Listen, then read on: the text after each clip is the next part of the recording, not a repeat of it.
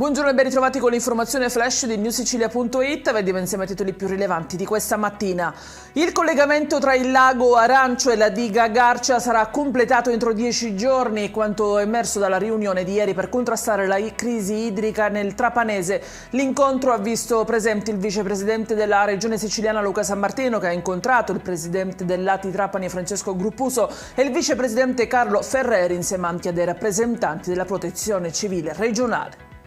Meno tasse per chi lavora in Sicilia, lo prevede una norma inserita nella manovra di stabilità approvata in Commissione Bilancio all'Ars con l'obiettivo di contrastare la fuga all'estero dei cervelli siciliani più talentuosi.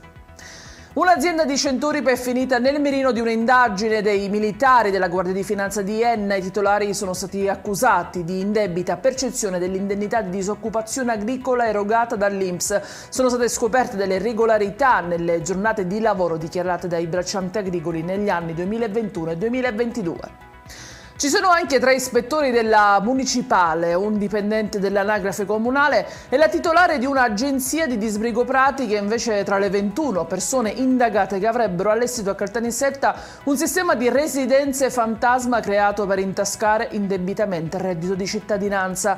Residenze mai esistite che permettevano però di superare i controlli e ottenere il sussidio. E chiudiamo con quanto accaduto a Biancavilla, nel Catanese, dove 2 salme sarebbero state scambiate al momento della consegna ai familiari. Si trattava di 2 uomini coetanei, deceduti entrambi all'ospedale locale, che si trovavano l'uno accanto all'altro nella camera mortuaria e che erano stati affidati alla stessa agenzia. I familiari si sono accorti del clamoroso errore alla riconsegna di uno dei 2 deceduti.